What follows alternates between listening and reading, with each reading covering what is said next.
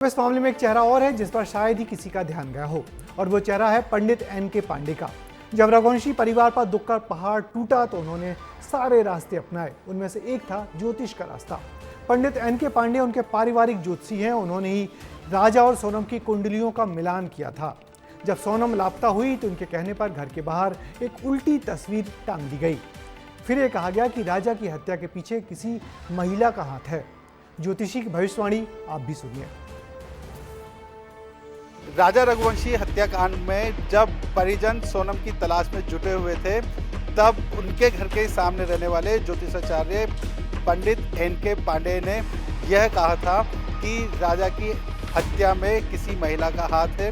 वो महिला इंदौर से ही उनके साथ गई है। हनुमान ज्योतिष के आधार पर यही निकला था कि वह प्राणी पूर्व दिशा की ओर गया है, विलंब से आएगा। किसी महिला का हाथ है उसमें, किसी महिला का हाथ है उसमें, किसी महिला का हाथ है उसमें, ऐसा उसमें वर्णन मिला था। कल शाम तक उन्हें आखिरी बार देखा गया था। उसके बाद से वो नजर नहीं आए हैं। वो घर के अंदर हैं या कहीं बाहर गए हैं, इसकी जानकारी नहीं है। उनके घर के बाहर ये उनका बोर्ड जरूर लगा है। घर है, ये वही शास्त्री जी है जिनके कहने पर सोनम के घर के बाहर उसकी उल्टी तस्वीर लगाई गई थी। तो राजा के परिवार को इन पर बहुत भरोसा था, इसलिए जब राजा नहीं मिल रहा था तो मां ने इनके कहने पर पूजा पाठ भी शुरू किया था। सुनिए कैसे मां ज्योतिषी की बात को दोहरा रही थी। हिसाब से भी यही बोल रहे हैं, वो बस 2 दिन के अंदर मिल जाएंगे, टेंशन मत लो आप। जिस जगह ढूंढ रहे उस जगह नहीं है। कुंडली के हिसाब से भी यही बोल रहे हैं, वो बस 2 दिन के अंदर मिल जाएंगे, टेंशन मत लो आप। जिस जगह ढूंढ रहे उस जगह नहीं है।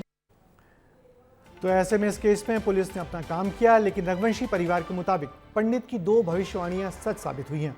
पहली, सोनम की जिंदा वापसी, और दूसरी, राजा की हत्या में किसी महिला का हाथ। हालांकि ये तो ज्योतिष भी नहीं जानते होंगे कि जिस बेटी की वापसी के लिए वो पूजा पाठ करवाए गए थे, अंत में वो ही हत्यारन बन के निकलेगी।